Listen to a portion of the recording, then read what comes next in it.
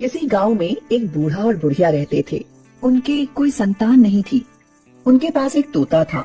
वे उसे ही अपने पुत्र की भांति मानते थे और लाड़ प्यार से उसका पालन पोषण करते थे। उन्होंने उस तोते का नाम चंद्रसखा रखा था। चंद्रसखा धीरे धीरे बड़ा हो गया। वह तरह तरह की बोली बोलने लगा। जब कोई घर में आता वह उसका स्वागत करता और जब वह चला जाता तो वह उसकी आवाज की नकल करके दिखाता। कभी वह बहुत देर तक नाच दिखाता रहता। इस प्रकार वह बूढ़े और बूढ़ी का खूब मनोरंजन करता था। वे लोग भी उसे बहुत प्यार करते थे। बूढ़ा बगीचे से आम और अमरूद तोड़कर लाता था और बुढ़िया चंद्रसखा को गोद में बैठाकर खिलाती थी। एक दिन चंद्रसखा ने बूढ़ी से कहा, दादी माँ, मैं अपने मित्रों के साथ जंगल में फल खाने जाऊंगा। ठीक है, मगर पहले अपने दादा से पूछ लो। चंद्रसखा दादा के पास गया और बोला, दादाजी, मैं अपने मित्रों के साथ फल खाने जंगल में जाऊंगा। बेटा, फल तो मैं तुम्हें बाग से तोड़ कर ला दूंगा। जंगल में जाकर क्या करोगे? चंद्रसखा जिद करते हुए बोला, नहीं दादाजी, मैं आज बाग के फल नहीं खाऊंगा। मैं जंगल में जाकर फल खाऊंगा। इस बहाने थोड़ा घूम भी लूंगा।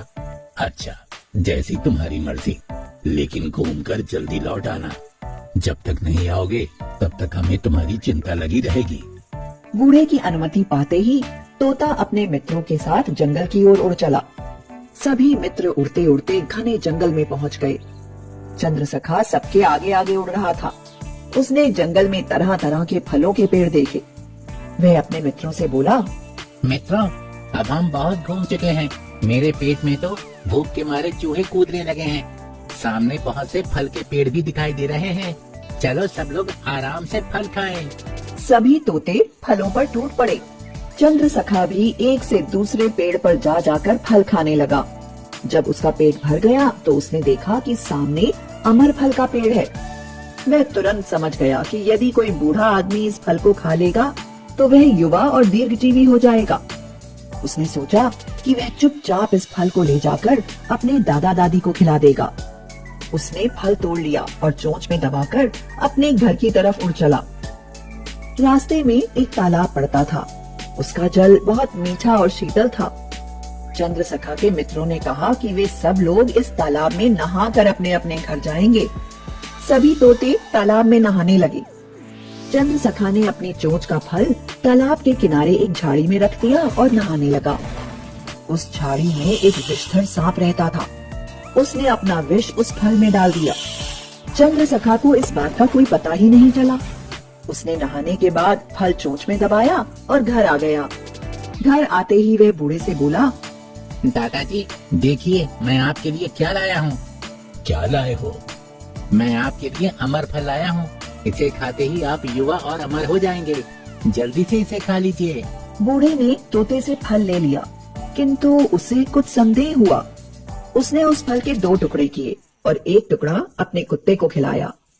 कुत्ता उसे खाते ही मर गया। यह देखकर बूढ़े को बहुत क्रोध आया।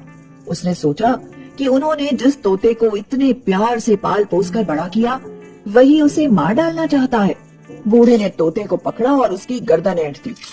चंद्रसखा तड़प कर मर गया। बूढ़े ने दूसरा टुकड़ा आंगन के एक कोने में फेंक दिया। कुछ दिनों बाद वहाँ एक पौधा उगाया। समय आने पर उस पेड़ पर बहुत फल लगे। एक दिन बूढ़े और बुढ़िया में झगड़ा हुआ। बूढ़ा किसी बात पर नाराज होकर बुढ़िया से बोला, तुम अभी मेरे घर से चली जाओ। तो बूढ़ी ने रोते हुए कहा, जब मैं युवती थी तब तुम मुझे बहुत प्यार करते थे। अब मरने का समय निकट आने पर मुझे घर से निकाल रहे हो।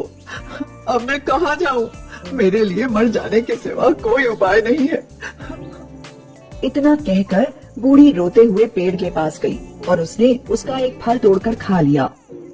वह सोच रही थी कि विष वाला फल खाने के कारण उसको मृत्यु हो जाएगी, किंतु हुआ ठीक इसके उल्टा। वह बूढ़ी से युवती बन गई। उसे बहुत आश्चर्य हुआ। उसने एक फल तोड़ा और बूढ़े के पास जाकर कहा, देखो, झगड़ा खत्म करो। मैं फल खाकर युवती बन गई हूँ। तुम भी यह फल खाकर युवक बन जाओ। बूढ़े ने फल खा लिया।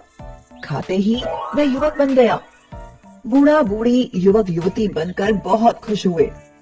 उन्हें बस यही दुख हुआ कि उन्होंने बिना सोचे समझे चंद्रसखा को मार डाला। वे दोनों चंद्रसखा की मृत्यु का अपने आप को अपराधी मानकर पश्चाताप करते रहे।